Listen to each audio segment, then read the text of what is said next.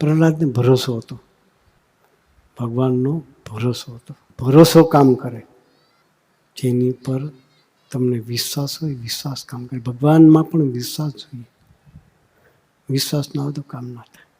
જેને જેનો આશરો એને એની લાજ. એમ આપણે ભગવાનના આશરે બેસીએ તો ભગવાન આપણી બધી ચિંતા કરે. વિશ્વાસ જોઈએ. પ્રહલાદને વિશ્વાસ હતો ભગવાનમાં. એટલા બધા વરદાન લઈને ફરનાર હિરણ્યકશિપુ પણ ભગવાનના ભક્તોનો દ્રોહ કર્યો તો ભગવાને થાંભલામાંથી પ્રગટ થયા.